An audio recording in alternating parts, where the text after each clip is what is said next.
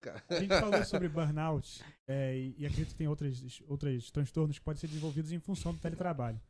Como é que o empregador ele pode ser responsabilizado se ele não tiver uma certa cautela? Esse era um grande desafio.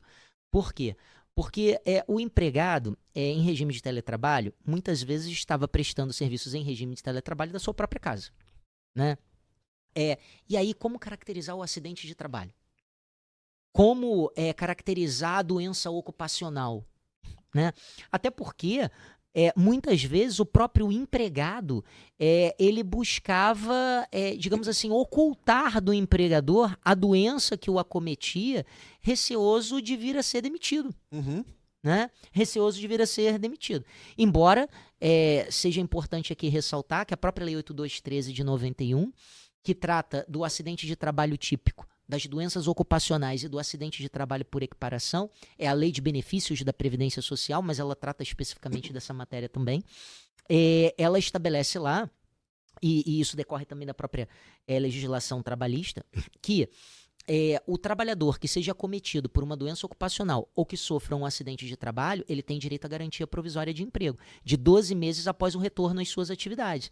Mas uma coisa é o ser, outra coisa é o dever ser, não é isso? Então, claro que esse trabalhador ficava receoso, né, de revelar uma doença, ainda que uma doença ocupacional, e vir a ser demitido.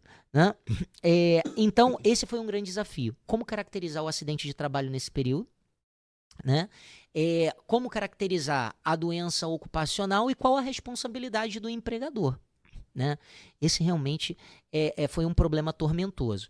Em primeiro lugar, que eventos seriam caracterizados como um acidente de trabalho? Bom, o que é o acidente de trabalho típico? O acidente de trabalho típico é aquele evento que ocorra quando o empregado está prestando serviços ao empregador, ou quando ele se encontra à disposição do empregador e, em decorrência desse evento, resulta a própria morte do trabalhador ou uma redução da sua capacidade laborativa, seja permanente ou transitória.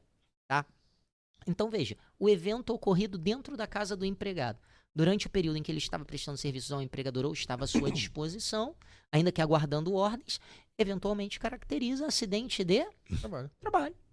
Não há dúvidas quanto a isso. Não importa se o serviço é prestado no estabelecimento do empregador ou de forma telepresencial, de forma remota, na casa do empregado. O que importa é se naquele momento o empregado estava prestando serviços ao empregador ou se ele se encontrava à disposição do empregador. Tá?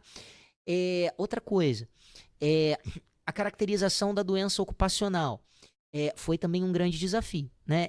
Como eu disse, em alguma medida porque às vezes o próprio empregado ocultava esse cenário.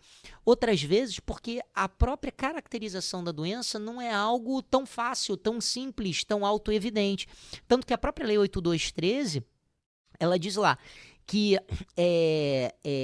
se considera para fins de afastamento desse trabalhador, né, o momento em que ele é acometido pela doença, né? O momento em que a doença é constatada, né? Através de um laudo médico, né? Ou mesmo no momento em que é realizado um exame, né? E pode ser, digamos assim, até um exame realizado pelo próprio empregador, um exame periódico, né? Que constate a presença daquela doença. E aí a própria Lei 8213 diz assim, considera-se como o momento da segregação, né? O momento da ocorrência do acidente, aquilo que ocorrer primeiro. Ou seja, a constatação da doença, a descoberta da própria doença ou mesmo a segregação compulsória desse trabalhador. Né? O próprio empregador diz assim, olha, você não tem condições de prestar serviço porque você foi acometido aqui por uma doença. Agora, isso muitas vezes é difícil, né? A gente fala, do ponto de vista teórico, parece que está tudo bem resolvido, né? Mas do ponto de vista prático, constatar isso muitas vezes era difícil. Como se faz prova disso também? Como é que se faz prova disso na realidade? Então, a grande dificuldade é uma dificuldade probatória, né?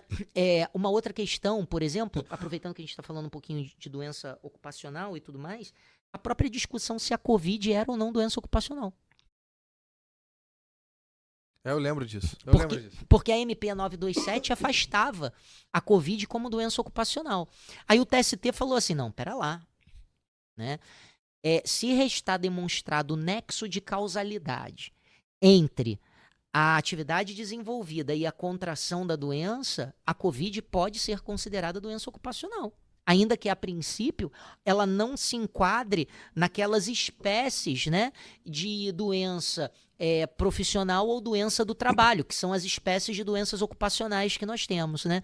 A doença profissional ligada à própria atividade, por exemplo, um digitador que desenvolve LER, tendinite, né, lesão de esforço repetitivo, e a doença do trabalho, que é aquela que decorre do próprio ambiente em que o trabalhador está inserido. Então, por exemplo, um controlador de voo que atue taxiando aeronaves na pista e que, embora ele use os abafadores auriculares, ele tem uma perda auditiva ao longo do tempo, porque o EPI não é suficiente para eliminar, para colocar aquele ruído ambiente dentro do limite de decibéis toleráveis pela audição humana, né? Então, embora a princípio não se enquadre a priori nessas categorias, se demonstrado o nexo de causalidade, vai ser doença ocupacional. O TST disse isso. Aí tá ótimo. Resolveu. Não resolveu. Porque aí, no caso concreto, como é que eu vou demonstrar esse nexo causal? Como é que eu vou mostrar que efetivamente eu peguei Covid em função do trabalho? Né? Porque esse mesmo trabalhador, ele no final de semana tem direito ao lazer, ele se desloca, ele realiza alguma outra atividade, sei lá, em academia, a partir do momento que se tornou possível, né, voltar à academia.